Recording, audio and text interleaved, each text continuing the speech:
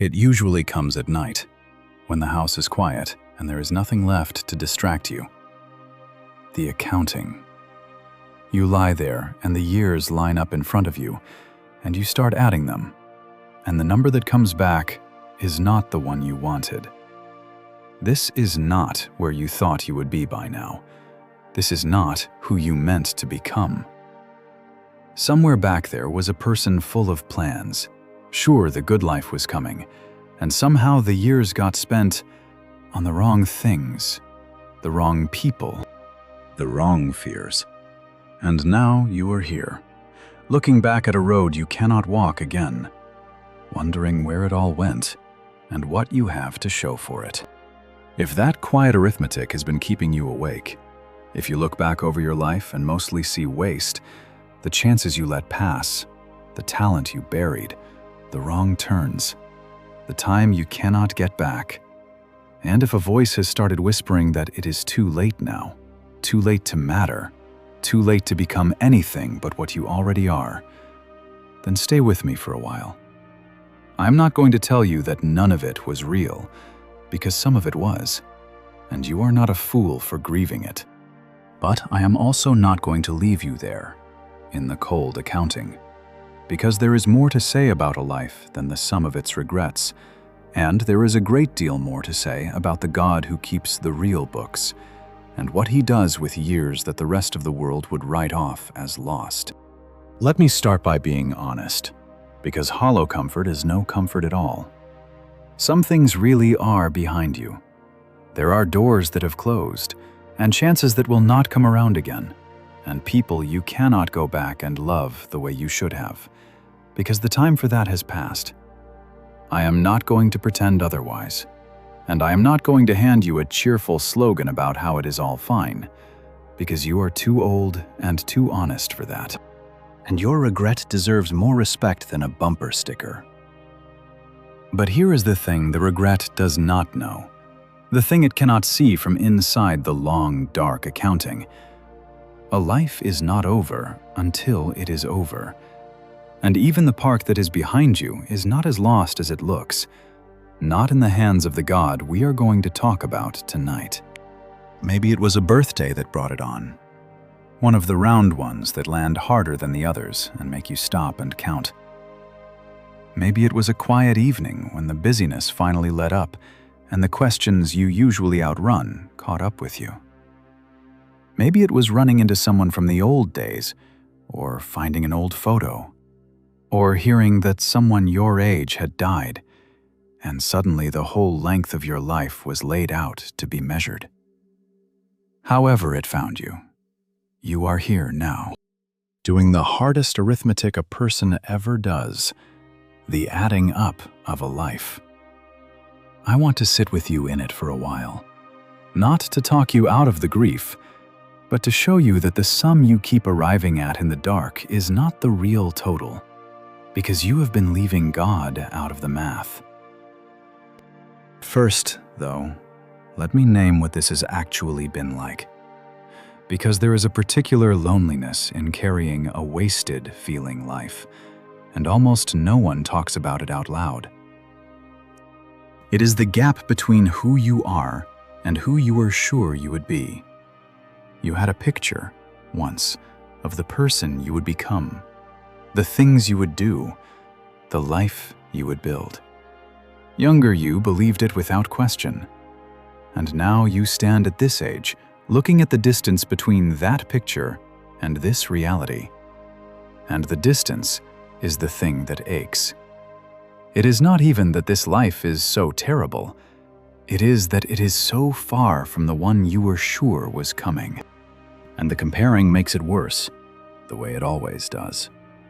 You see the people you started out with, the ones who were right beside you at the beginning, and somehow they seem to have arrived somewhere while you are still standing at the trailhead. The classmate who built the thing you meant to build, the sibling whose life went the way yours was supposed to, the little glowing feeds full of other people's milestones, their successes, their families, their highlight reels. Each one a quiet measuring stick held up against your own life and finding it short. You know it is not the whole truth of their lives, that everyone is hiding something, that the feed is a performance. It does not matter, it still lands, every time, on the bruise. And you put the phone down feeling further behind than before you picked it up. It is the specific regrets, the ones with names. The career you were too afraid to chase, so you took the safe thing and spent your best years doing work that never once made your heart beat faster. The relationship you ruined, or let ruin you. The gift you had, the real one, the thing people once said you were made for, that you set down somewhere along the way and never picked back up. The faith you ignored for decades, the years you gave to a bottle or a screen, or a person who was never going to change, or a fear that turned out to be smaller than the life it cost you. Each one has its own weight, and you have learned to carry them so quietly that the people around you have no idea how heavy your own history has become. And the cruelest thing about these specific regrets is how they compound, how one becomes the reason for the next. You took the safe job out of fear, and the safe job left you bitter, and the bitterness leaked into your marriage, and the strain on the marriage made you reach for the thing that numbed it, and the numbing cost you years, and the lost years made you more afraid to change, so you stayed in the safe job. Round and round it goes, each regret feeding the next, until you cannot even untangle where it started or imagine how it could have gone differently. You look at the whole knotted mess of it, and you despair of ever sorting it out. And so you stop trying. And the not trying becomes its own new regret. If your life feels less like a single wrong turn and more like a tangle you can no longer trace, hear this. God is not intimidated by the knot. He does not need you to untangle your own history before he can begin. He starts wherever you are, in the middle of the mess, and he has all the patience in the world. It is the loop that runs in the small hours, the if only I had said yes to that, if only I had left sooner, or stayed longer, or been braver, or known then what I know now. You replay the turning points, and in your mind you take the other road, and you watch the whole different life unfold, the one where you became who you were supposed to be. And then you open your eyes, and you are still here, in the life you actually chose. And the gap between them is a kind of grief that has no funeral. And the loop is merciless in a way real life never is, because in your imagination, the other road always leads somewhere better. You never replay the alternate life and watch it go wrong. You only ever watch it go right. The job you did not take is always the one that would have fulfilled you, never the one that would have crushed you in a different way.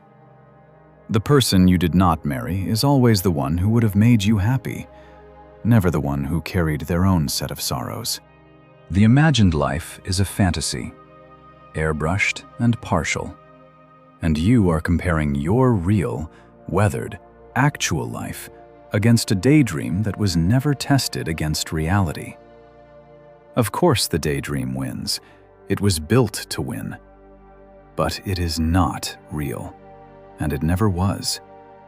And the life you actually have, with all its wear, is the only one that ever truly existed. And it is the one God is in, and the imagined one is not.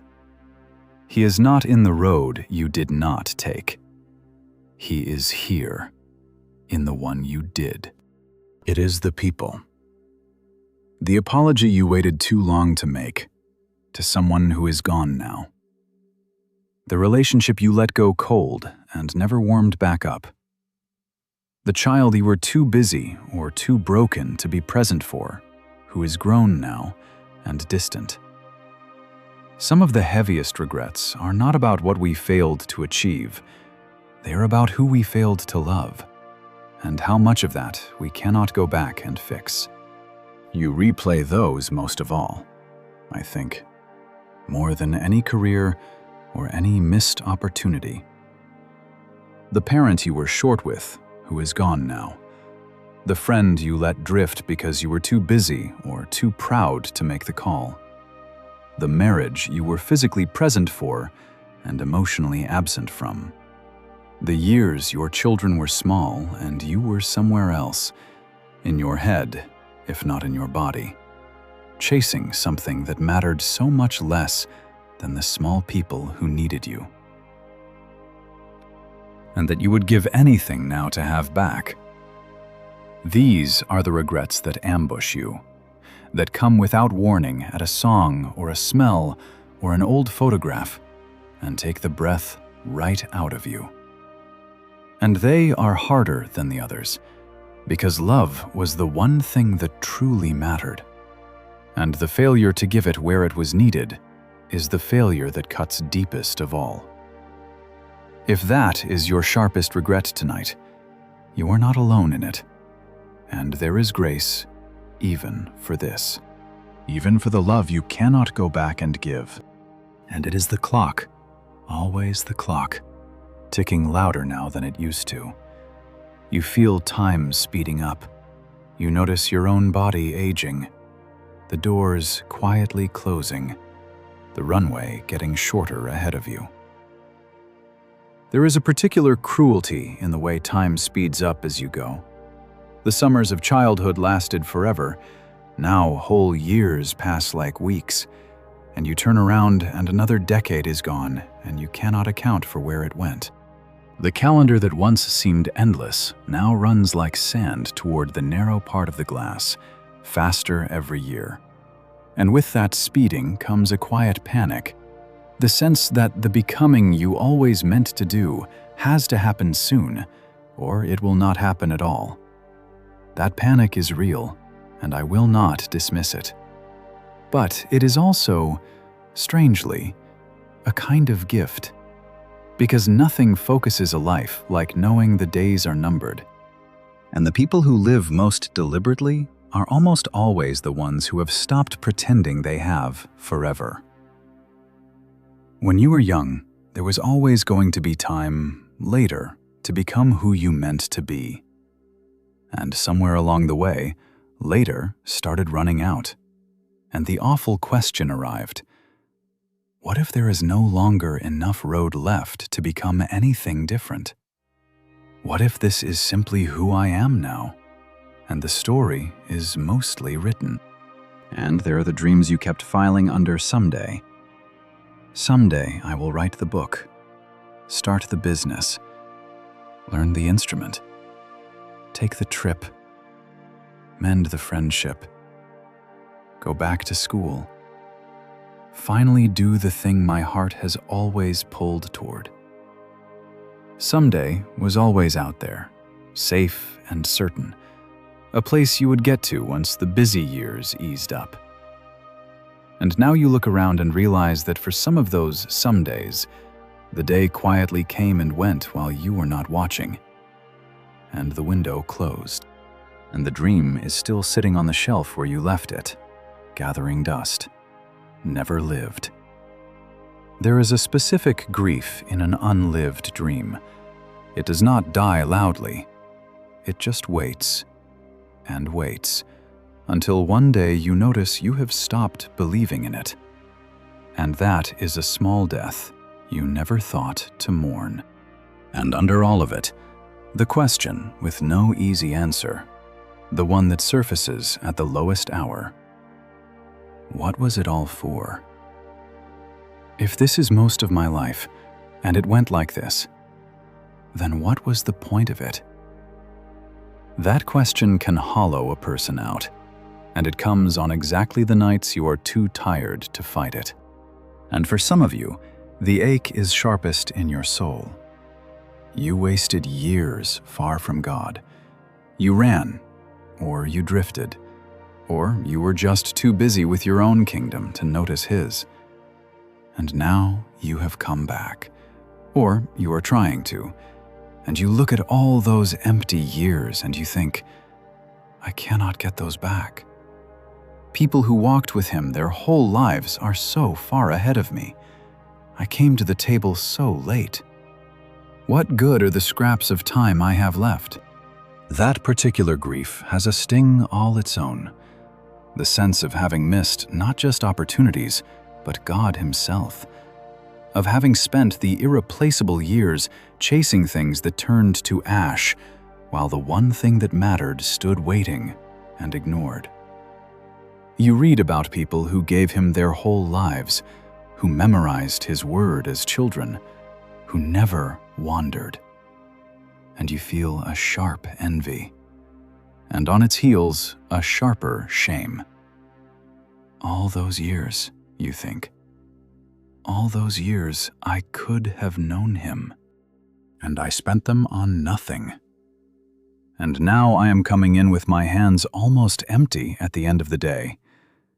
If that is the regret pressing hardest on you tonight, then hold on, because the parts of this hour still ahead were written for you most of all, and the God of the 11th hour has more to say to the latecomer than to anyone. If any of that is sitting on your chest tonight, then before we go one more step, let me tell you the lie hidden underneath all of it, the lie that gives the regret its teeth.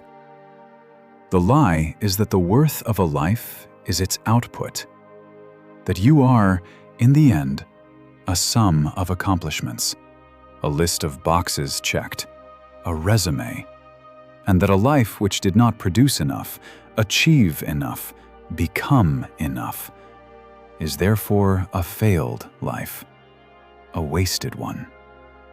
We breathe that lie in from the air around us. The relentless measuring, the comparing, the sense that you have to justify your existence with what you have done. And it is a lie. It is not how God has ever, once, measured a single human being. You were not put here to be productive. You were put here to be His, and to be loved, and to love. Your worth was never your output, and it was settled long before you achieved anything at all. And it cannot be lowered by anything you failed to achieve. A newborn who has accomplished nothing is of infinite worth. A person on their deathbed who can no longer do anything is of infinite worth. You, tonight, with all your wasted years and unmet plans, are of exactly that same infinite worth. Because the one who made you does not price you by your productivity.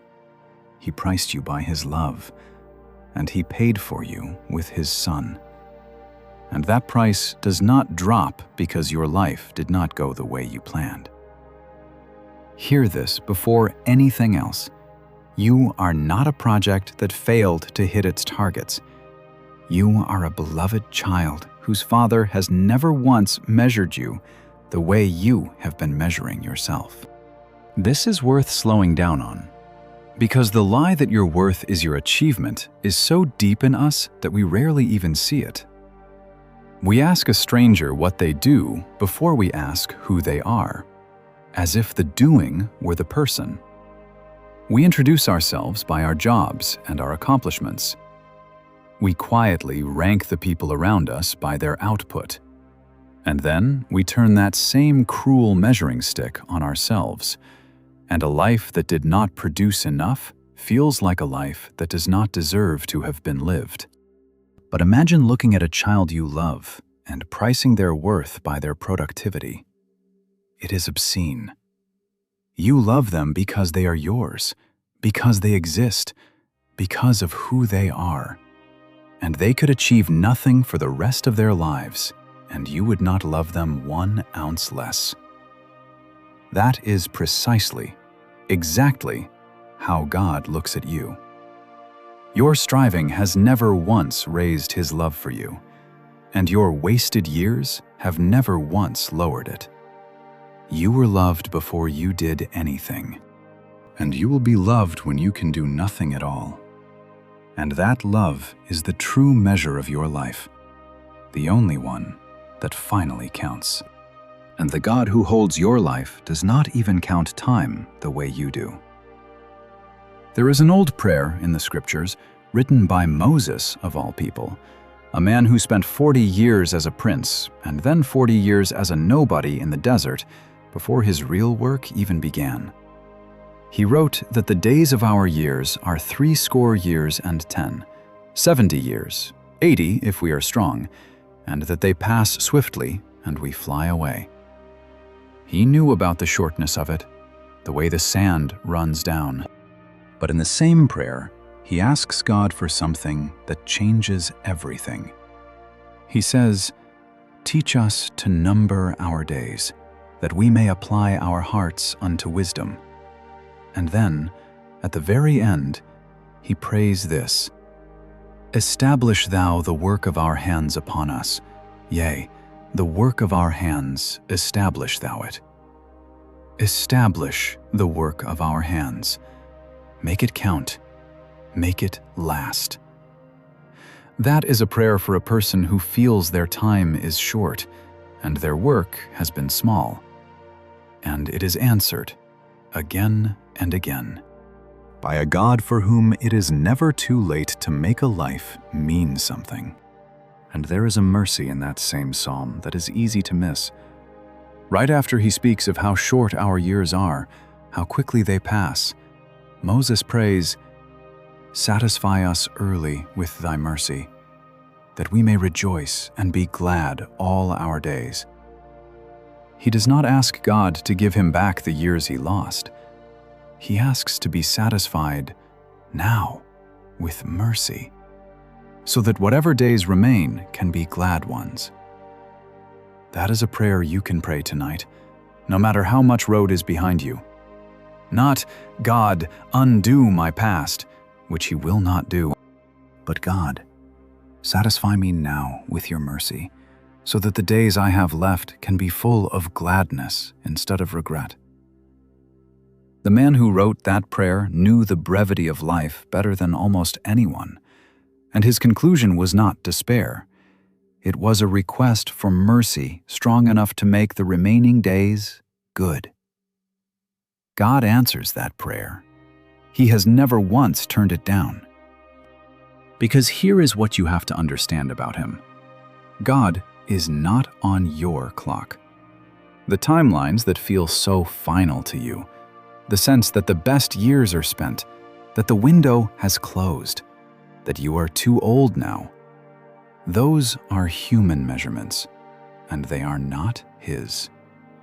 He has a long and stubborn habit of doing his most important work in people at exactly the age when the world has decided they are finished. Let me show you one of them. The world retires people. God rarely does. The world looks at gray hair and slowing steps and quietly moves a person to the sidelines, to the category of those whose contributing days are behind them, who are now meant only to rest and reminisce and wait. But open the scriptures and you find God doing the opposite, reaching for the old, the overlooked, the ones counted out, and handing them the assignments that change history. He does not seem to believe in the sidelines. He keeps calling people off the bench at the very hour they had made their peace with sitting down. So if you have begun to think of yourself as finished, as someone whose useful years are spent, be careful, because that is precisely the kind of person God has a habit of surprising. Let me show you one of them. There was a man named Caleb, and his story is for everyone who feels their best years are behind them. When Caleb was a younger man, full of strength, he was one of only 2 people out of an entire nation who believed God could do what he promised. The other 10 gave in to fear, and because of that failure of faith, the whole nation wandered in a wilderness for 40 years. And Caleb, who had done nothing wrong, who had believed when no one else would, had to wander right along with them. 40 years. Think of that. The best years of his life, his 40s, his 50s, his 60s, spent walking in circles in a desert because of other people's fear, watching the dream God had promised him recede further and further into the distance. with nothing he could do but keep walking and keep believing. By any human accounting, those were wasted years. 4 decades of a strong, faithful man's life spent wandering, waiting, with the promise unfulfilled. And then, finally, the wandering ended, and the land was there to be taken, and Caleb came forward. And listen to what this old man said. He said, "I am this day 85 years old, and I am as strong now as I was the day Moses sent me out all those years ago. My strength for the battle is the same." And then he said the words I want you to carry out of this hour. He pointed at the hardest piece of territory in the whole land, the high country where the giants lived, the fortified cities everyone else was afraid of. And he said, "Give me this mountain. Give me this mountain." At 85. Not, "Let me retire now and rest. I have wandered long enough." Not, "Give the mountain to a younger man. My time has passed."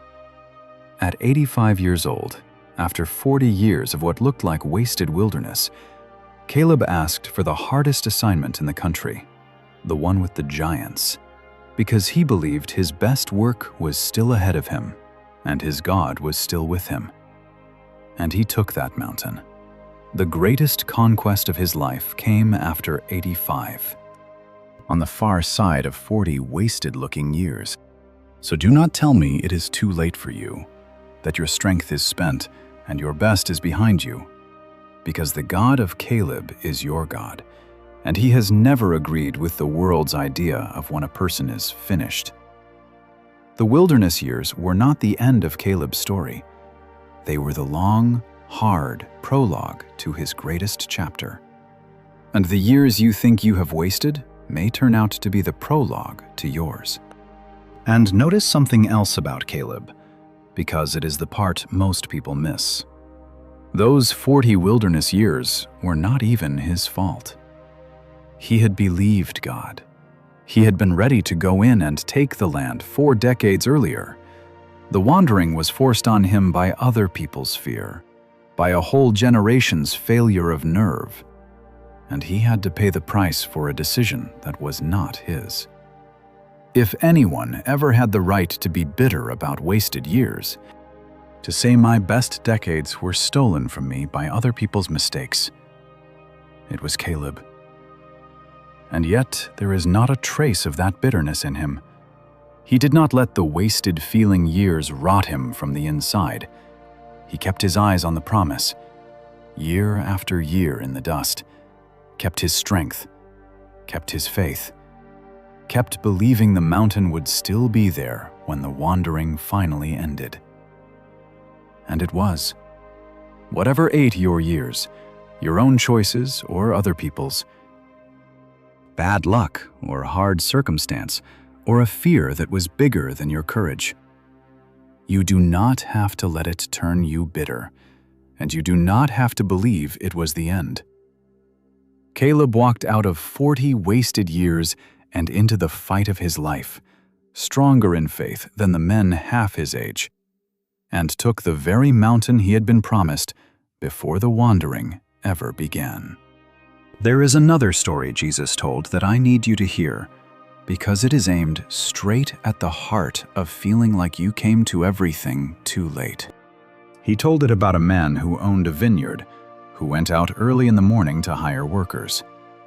He hired some at dawn, and they worked the whole long day in the heat. Then he went out again later and hired more, and again later. And then, near the very end of the day, at what the scripture calls the 11th hour, with only a single hour of daylight left, he went out one more time and found people still standing there, still unhired. And he asked them why they had been standing idle all day. And their answer is one of the most quietly heartbreaking lines in all of Scripture. They said, "Because no man hath hired us." Not because we were lazy, not because we did not want to work, because no one chose us. We have been standing here all day, ready, waiting, passed over, and no one gave us a place." And the owner said, "Go, you also, into the vineyard." And at the end of the day, when it came time to pay, he called the workers, and he paid the ones who had come at the 11th hour first, and he gave them a full day's wage, a whole day's pay for 1 hour of work. And the ones who had worked since dawn grumbled, because it did not seem fair. And the owner said to them, "Friend, I have done you no wrong. Is it not lawful for me to do what I will with my own? Is your eye evil because I am good?" Hear what that means for you. The God who runs the vineyard is not stingy with the latecomer.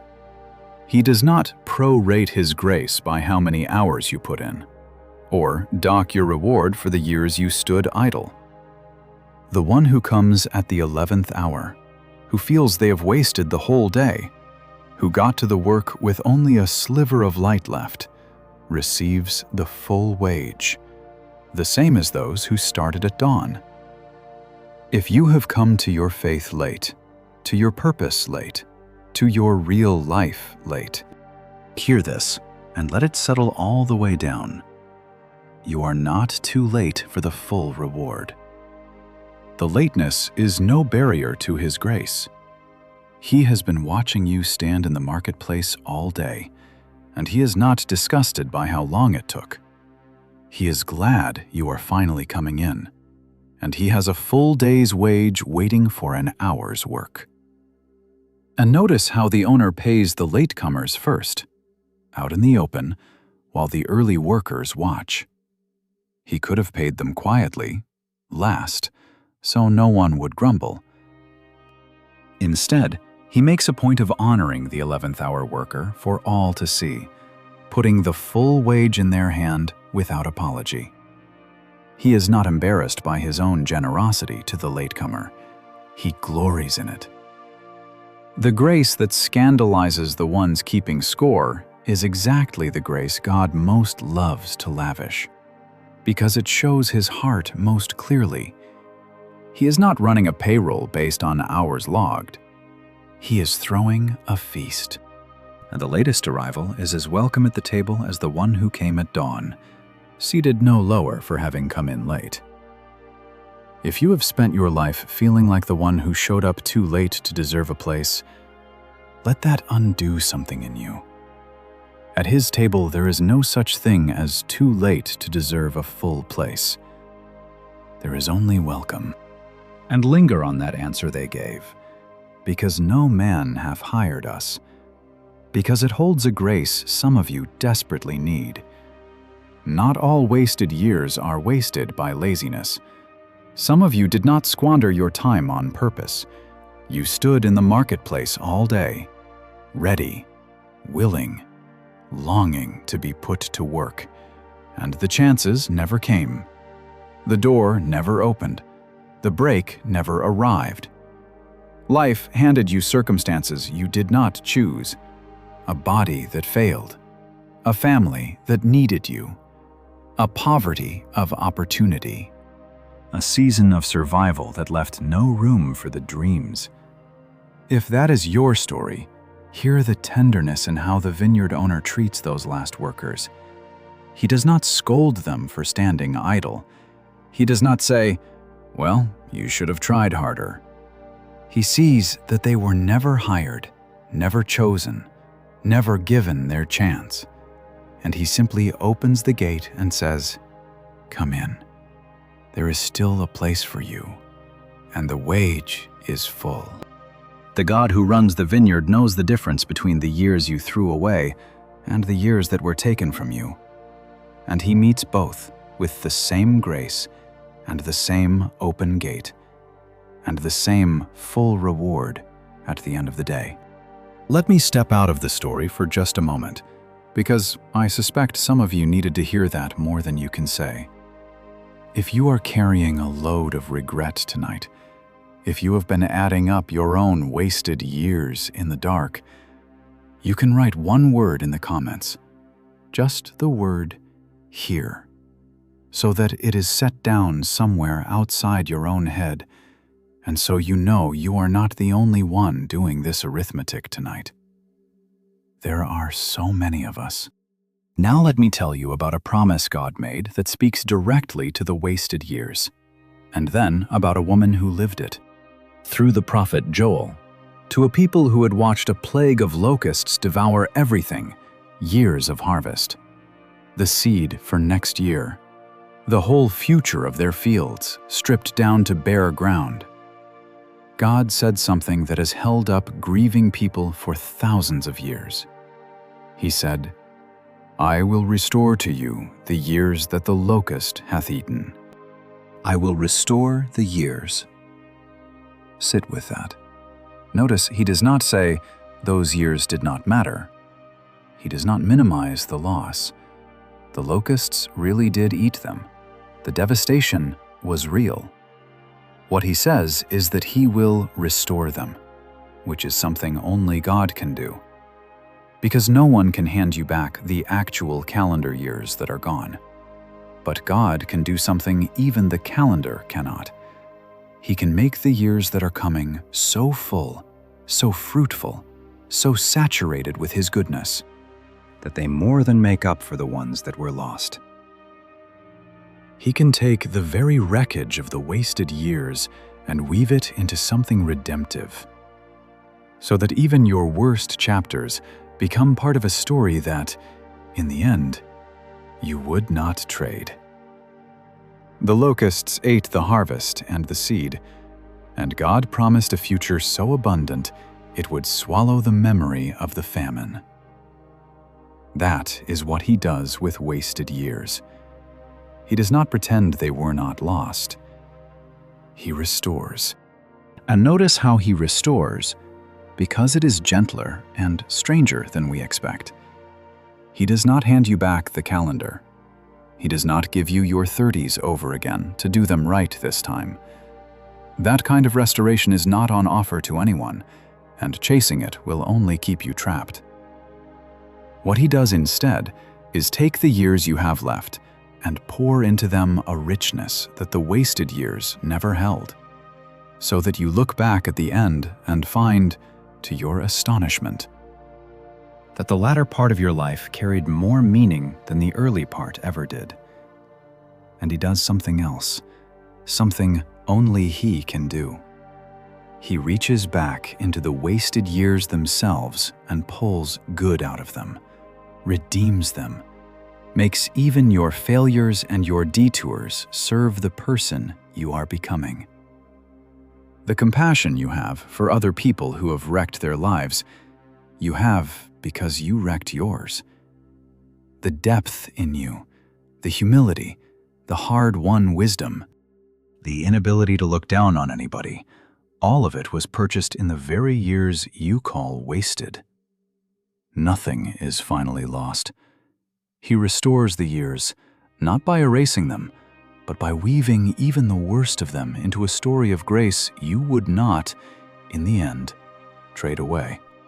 If you doubt that, find someone who has walked a long way with God through a wrecked and rebuilt life, and ask them. Ask the person who lost years to addiction and now helps others find their way out, whether they would trade their story for an easier one. Ask the one whose marriage fell apart and was somehow rebuilt, or whose faith came only after decades of running, whether they would erase the wasted years if it meant erasing what those years finally taught them. You will be surprised how often they say no, not because the waste was good, but because God so thoroughly redeemed it that it became the very thing that made them who they are, the source of their compassion, the root of their gratitude, the reason they can sit with another broken person and say, "I know, I have been there. There is a way through." That is restoration, not a rewind, but a redemption so complete that the wound becomes the place the healing flows from. And let me show you what that can look like, not in some ancient story, but in the life of an ordinary woman who lived not so long ago. Her name was Anna Mary Robertson, though the world came to know her as Grandma Moses. She was born on a farm more than a century and a half ago, and she lived the kind of life that does not make it into history books. She worked as a hired girl, doing other families' chores from the time she was a child. She married a farmer, and they worked the land, and she raised her children, and buried more than half of them. Because that is what farm life took in those days. Decade after decade of hard, ordinary, unglamorous work. If you had asked anyone, including her, whether she had wasted any grand talent, they would have laughed. She was a farm wife. That was the whole of it. And then she got old. Her husband died. Her hands, which had always kept busy with needlework, began to fail her, the arthritis making it too painful to hold a needle and embroider the little pictures she loved. She was, by then, 76, 77 years old. The age when a life is supposed to be winding down, when the story is supposed to be nearly told. And at that age, when she could no longer do her needlework, she picked up a paintbrush instead, for the first time in earnest, and began to paint the scenes she remembered from her long farm life. She was 78 when she began to paint in earnest. 78. And she did not paint for a year or two and stop. She painted for more than 2 decades. She painted into her hundreds. Her simple, joyful pictures of rural life were discovered in a drugstore window, and then they hung in galleries in New York, and then all over the world. And an ordinary farm woman who had never picked up a brush until she was nearly 80 became one of the most beloved artists of her age, and brought a kind of joy and peace to millions of people, and kept painting right up until she died, well past her 100th birthday. Now, I am not telling you this to promise you fame, because that is not the point, and it would be a cheap and false thing to promise. The point is not that you will become famous late, or rich late, or that your second act will hang in a museum.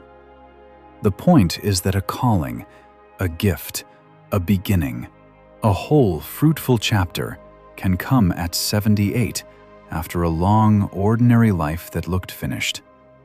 The point is that the years you are sure are too late may turn out to hold the very best of you. She did not waste the decades of farm work. They were the well she painted from. And she did not believe, at 78, that her story was over.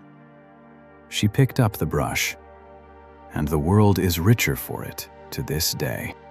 And here is the detail I love most, the one that makes her ordinary and reachable instead of some unrepeatable miracle. She did not begin painting because she had a grand vision of a second career or a place in art history. She began because her hands could no longer do the needlework she loved, and she needed something to do with herself, some way to keep busy, some small outlet for the beauty she still carried inside. She once said, plainly, that the important thing was simply to keep busy. That if she had not started painting, she would have raised chickens. There was no ambition in it, no master plan. Just an old woman refusing to sit idle, reaching for the next small thing in front of her. And that turned out to be enough. That is how most late beginnings actually start. Not with a thunderclap of destiny, but with a person, at the end of one chapter, quietly picking up whatever is nearest to hand and beginning to use it.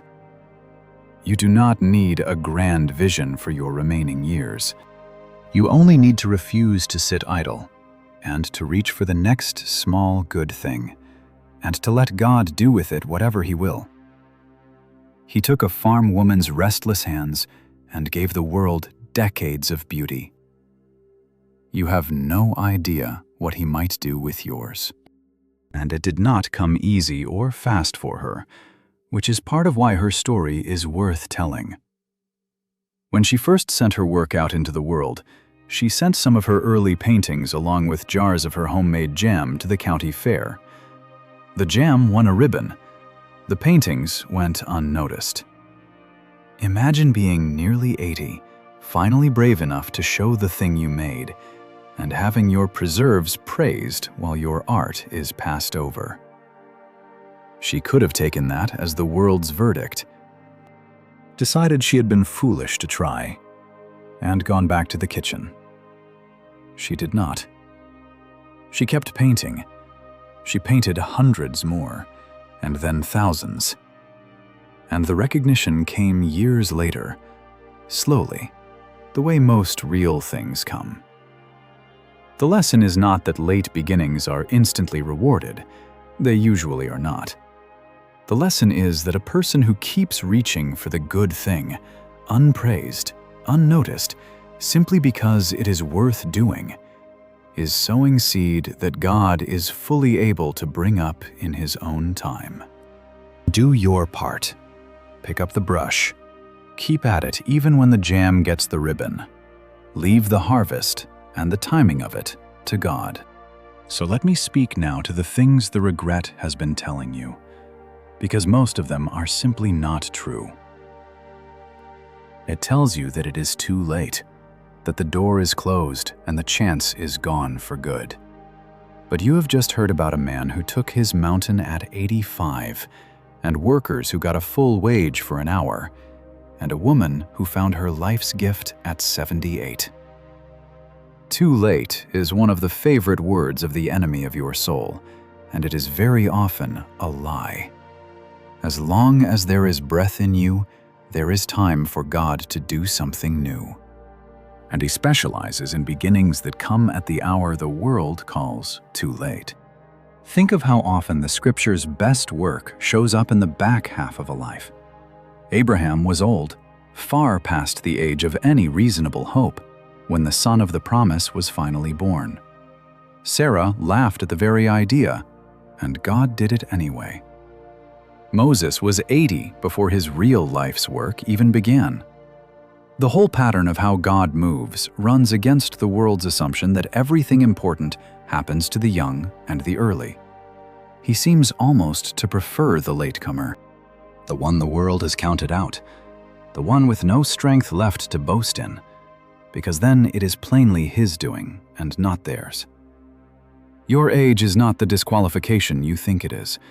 In the economy of grace, it may be closer to a qualification, because the person who has run out of their own resources is exactly the person God loves to fill with His. It tells you that you are the sum of your regrets, that your past is who you are now, that the wasted years define you. But the Scripture says that if anyone is in Christ, they are a new creature.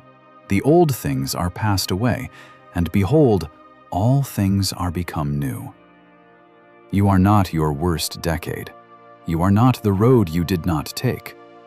God is not nearly as interested in the person you used to be as you are, because He is busy with the person He is making you into. And He says, through the prophet, "Remember not the former things. Behold, I will do a new thing." A new thing, not a patching up of the old wasted thing, but something genuinely new, springing up out of ground you were sure was dead. You are allowed to stop introducing yourself to your own heart as the person who blew it. That is an old name, and God has given you a new one. The woman caught in her worst moment, the thief dying for his crimes, the tax collector who had spent his life cheating his own people, the murderer, Moses, the persecutor, Paul. Every one of them had a past that, by the world's accounting, defined them forever. And God looked past every one of those pasts and called out the person He was making instead. He does the same with you. The accuser wants to keep you chained to the worst version of yourself, replaying it, wearing it like a name tag. God wants to introduce you to who you are becoming. Believe the one who is making you new, not the one who keeps dragging you back to the wreckage. The former things are past. He is doing a new thing. Turn around and look at it. It tells you that the wasted years were wasted to God too, that they are just gone, a write-off, a loss with no redemption in it. But nothing is wasted in the economy of God. Nothing, not even your worst years, not even the ones you threw away with both hands. He is the God who brings water out of rock and life out of graves, and He wastes nothing He is given, including the rubble of a misspent decade. The very wilderness that you wandered taught you things the mountaintop never could. The failures softened you, deepened you, gave you compassion for other strugglers you could never have had if your road had been smooth. He can take it all, even the parts that were genuinely your fault, even the parts that were stolen from you. And He can make them serve the new thing He is doing. Give Him the wreckage. He has never yet been handed a ruin He could not build something from. This is not a sentimental thing I am saying. It is woven through the whole way God works. He made the world out of nothing and remade it out of a cross, which is to say, out of the worst thing that ever happened. He took the betrayal that sent His own Son to die and turned it into the salvation of the world. If God can do that with the very darkest day in history, He can do something with your wasted decade. The pattern never changes. He takes what was meant for ruin, or what we ruined ourselves, and He brings life out of it. And the bringing of life out of death is not a thing He does occasionally. It is the thing He does, His signature, the way you would know His hand anywhere. So when you hand Him the rubble of your regret, you are not handing Him a hopeless case. You are handing Him exactly the kind of raw material He has been making beauty out of since the beginning of the world. But let me be honest with you again, the way I promised I would, because love does not lie even to comfort. Some things are not coming back, and I will not tell you they are. The years themselves are spent. Certain doors did close, and they are not going to open again.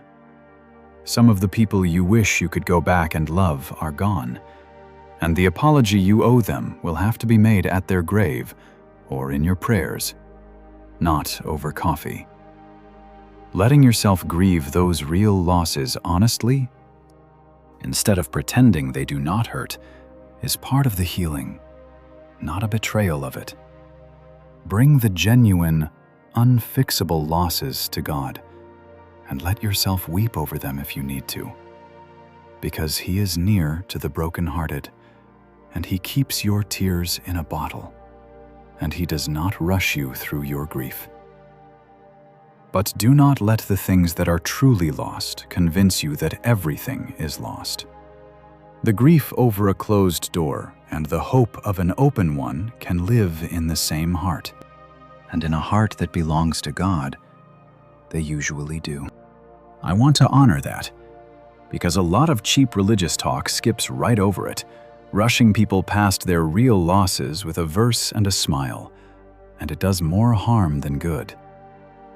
If you have lost years you cannot get back, you are allowed to be sad about that. If a chance is truly gone, you do not have to pretend you are fine with it. Toxic cheerfulness, the kind that will not let a grief be a grief, is not faith. It is fear wearing faith's clothing, too afraid of sorrow to sit in it honestly. Real faith is sturdier than that. Real faith can look a genuine, permanent loss full in the face. Weep over it, call it what it is, and still hold on to hope. Not because the loss is not real, but because God is more real and bigger than the loss, and able to bring something good even out of what cannot be undone. You do not have to choose between grieving honestly and hoping deeply. The deepest hope is the kind that has done its grieving and chosen to hope anyway. And I have to say one more thing, gently, to anyone who needs it. If the weight of your wasted years has grown so heavy that part of you has started to wonder whether the rest of the road is even worth walking, whether anyone would notice if you simply were not here, then please hear me, because this matters more than anything else I will say tonight. That despair is lying to you about your worth and about your future, and you do not have to carry it alone for one more night. Tell someone. Reach out tomorrow to a friend, a pastor, a doctor, a counselor, a helpline in your country. Your life is not the failed accounting you have been doing in the dark. It is precious, and it is not over. And the story is not finished being written. There are people who can help carry this with you, and reaching for them is not weakness. It is the bravest and most faithful thing a weary soul can do. So what do you do with a life that feels half-wasted and a road that feels short? Not a formula, just a few honest things. Take the regret to God, all of it, by name.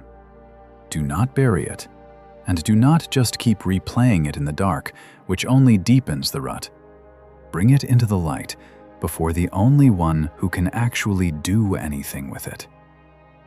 Confess what genuinely needs confessing, the sins, the failures, the people you wronged, and receive the forgiveness He has been holding out the whole time.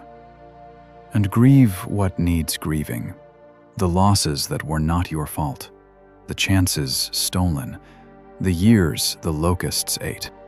Both belong in His presence, the confession and the grief, and both are met there with a mercy deeper than your regret. There is something that happens when you finally say it all out loud to God. The whole bitter accounting you have been doing alone in the dark. It loses some of its crushing power the moment it is spoken to someone who already knew and loves you anyway. The regret feeds on secrecy and on solitude. It grows monstrous in the closed room of your own mind, replayed and replayed with no one to interrupt it. But brought out into the open before God, named honestly, handed over, it shrinks back down to its true size, which is real but not infinite, heavy but not fatal. He is not shocked by any of it. He was there for all of it. And He has been waiting, not to lecture you, but to take the weight off your hands. You were never meant to be the sole keeper of the ledger of your own failures. Hand Him the book. Let Him close it. Then stop punishing yourself for a past that God has already forgiven. This is harder than it sounds, because long after God has pardoned us, we go on serving our own sentence, rehearsing the old failures, paying and paying for a debt that has already been cleared. If God has set it down, you are allowed to set it down too. Continuing to flog yourself for what He has forgiven is not humility. It is a refusal to believe Him. Let it be forgiven. Walk out of the prison whose door He has already opened. There is a strange pride hiding in our refusal to forgive ourselves, though it dresses up as humility. We think that by continuing to punish ourselves, we are taking sin seriously, being appropriately sorry, not letting ourselves off too easy. But think about what it actually says. It says that your standard for forgiveness is higher than God's, that the cross was enough to pay for the sins of the whole world, but not quite enough for yours. That God may have closed the case, but you are going to keep the court in session because your judgment matters more than His verdict. Said plainly like that, you can hear how wrong it is. Who are you to refuse to pardon someone God has pardoned, even when that someone is yourself? Setting down the self-punishment is not letting yourself off easy. It is humbling yourself enough to agree with God about what His Son's death accomplished. Let the case be closed. He has banged the gavel. You are free to go. Stop measuring your life against everyone else's clock. The whole grief of the wasted years runs on comparison. The sense that everyone else is further along, that you are behind, that there is a schedule and you have fallen off it. But there is no schedule. The workers who came at the 11th hour were not behind. They were exactly on time for the moment God called them. Your life is not a race against your old classmates or your siblings or the version of yourself you imagined at 20. It is your own road, walked with God, and He is not comparing you to anyone. And you can lay that exhausting comparison down tonight. And remember that you can only ever see the outside of other people's lives, never the inside. The peer who seems so far ahead may be carrying griefs you know nothing about, regrets of their own, an emptiness behind the success that you would not trade your struggles for if you saw it whole. Comparison is not only exhausting, it is built entirely on bad information, on the polished surface other people show, and the unfiltered mess you know about yourself. You are measuring your behind the scenes against everyone else's highlight reel, and of course you come up short, because that contest is rigged from the start. Step out of it. There is no one you are supposed to be but the person God is making you, on the timeline He has chosen. And against that measure, you are not behind at all. You are exactly where the road has brought you, and the next step is the only one that matters. Then redeem the time you have, however much it is. The scripture has a beautiful phrase, redeeming the time, buying it back, making it count. You may not have as much road left as you wish, but you have today, and you have whatever tomorrows God gives you, and those can be lived on purpose, poured out, made to matter, in a way the wasted years were not. A life is not measured only by its length, but by what is poured into it. And even a short remaining stretch, fully given to God and to the people around you, can hold more meaning than decades spent asleep. Think of it this way. A candle that burns for 1 bright hour gives more light than one that sits unlit on a shelf for a year. The question was never only how many years you have, but how much light you let into the ones that remain. You cannot add days to the front of your life. That part is spent. But you can give yourself wholly to the days you have left.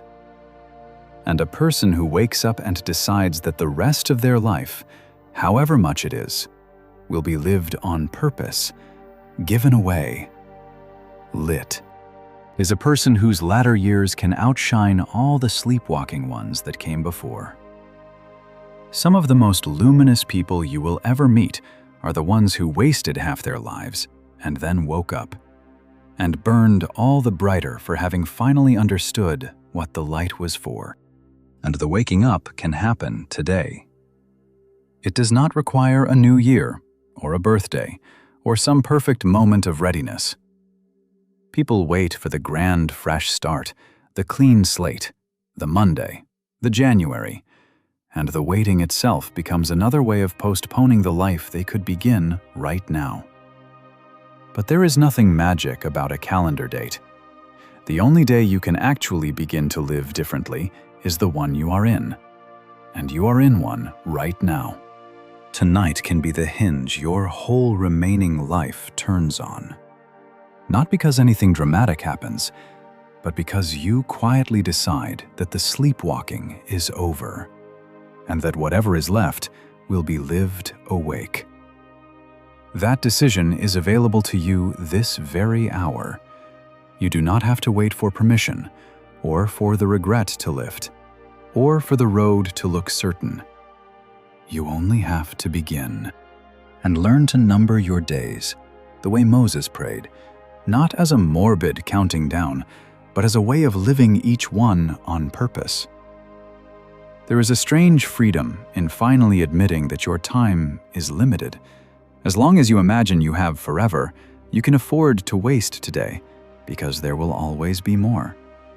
But the person who honestly knows the days are numbered holds each one differently, more carefully, more gratefully. The way you treasure the last days of a vacation in a way you never treasured the first. To number your days is not to despair over how few may remain. It is to let their very scarcity make them precious. To stop squandering the present on regret over the past. To wake up to the almost unbearable gift that you are still here, still breathing, still able to love and to begin. The wasted years were spent, in part, because you did not know what you had. You know now. Let that knowing make the days that are left count for everything the wasted ones did not. Make the amends you still can, while you still can. Some doors are closed, but not all of them. There may be an apology you can still offer, a relationship you can still try to warm, a child or a parent or an old friend you can still pick up the phone and call. Do not let the regret over the amends you cannot make stop you from making the ones you still can. Some of the most healing acts of a person's later years are the reconciliations they finally found the courage to reach for. Do not wait for the feeling of being ready, because it may never come. The phone call you have been meaning to make for years will not get easier by waiting. It will only get more overdue. If there is someone you can still reach, reach now, this week, while there is still a now to do it in. Say the thing you have been rehearsing and never said. Ask the forgiveness or offer it. You may be astonished at what a few humble words can begin to heal, even after decades. And even if they are not received the way you hope, you will have done your part and laid your end of it down, and that itself is a freedom. The regrets that haunt us most at the end are almost never the risks we took. They are the words we left unsaid, and the bridges we let stay broken when we still had time to cross them. You may still have time. Use it. And take up the thing you buried, if it is still there to take up. The gift you set down. The dream you decided was for younger people. The calling you talked yourself out of. It may not be too late to pick up the brush. Ask God for your mountain, the assignment He has for this season of your life, however old you are, and do not assume the answer is rest and retreat. Caleb asked for the giants at 85. Ask what God still has for you to do, and be ready to be surprised by how much it turns out to be. And do not despise a small assignment if that is what He gives you. Your mountain may not be a grand public thing. It may be becoming, at last, the kind of grandparent your own grandchildren will remember. It may be mending one broken relationship, or finally getting sober, or learning to pray, or quietly serving in a way no one will ever applaud, or simply becoming a gentler, holier person in the years you have left than you ever managed to be in the years you spent. Bigness is the world's measure, not God's. The widow's 2 small coins meant more to Him than the large gifts of the rich. So do not hold out for a mountain impressive enough to make up for the wasted years, and miss the real one He is handing you, which may look small to everyone, but is, to Him, the very thing He kept you alive to do. Ask Him for it. Then do it with everything you have left. And do not let the fear of looking foolish stop you. There is a particular cowardice that masquerades as realism. The voice that says, "You are too old to start." People will laugh. It is undignified to begin something new at your age. Grandma Moses told people she hoped to become an artist, and some of them rolled their eyes. she did it anyway. The fear of what others will think has buried more late callings than any real obstacle ever did. Most of the people whose opinions you are afraid of are not thinking about you at all. And the few who would mock you are not the ones whose voices should be steering your one remaining life. Let them roll their eyes. Pick up the brush. The God who put the longing in you did not put it there to torment you. He put it there because he intends, even now, to use it. Let me leave you with this, and then I will let you go. The accounting you do in the dark is not the true accounting of your life. It is done by a harsh and partial bookkeeper, the regret, which records every loss in red ink and leaves every mercy off the page. There is another set of books, kept by the God who made you, and in his books, the wasted years are not the final entry. In his books, there is a column the regret cannot see, headed Restoration and Grace, and a new thing about to spring forth. And the years the locust ate are marked, not lost, but reclaimed. It is evening in your life, perhaps, or feels like it.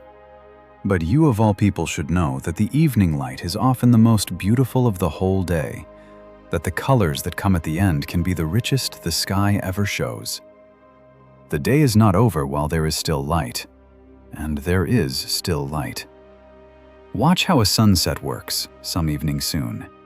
The most glorious colors, the deep golds and the burning reds, do not come at noon when the sun is high and strong.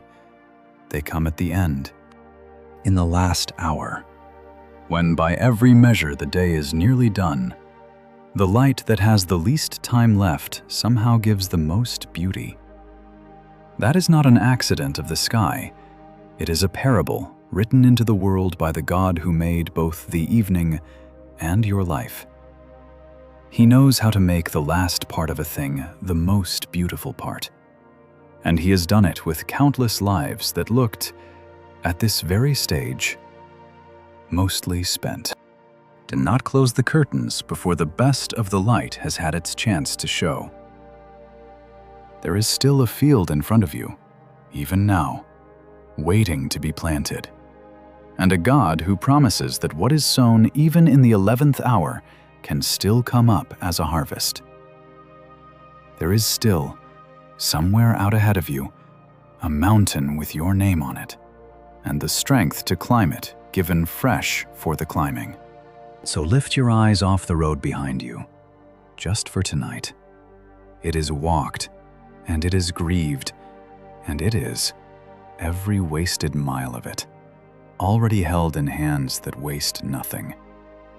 And turn them, instead, toward the ground still in front of you, however much or little it is, where the God who restores the years the locust ate is even now preparing to do, in what remains of your one and only life, a new thing.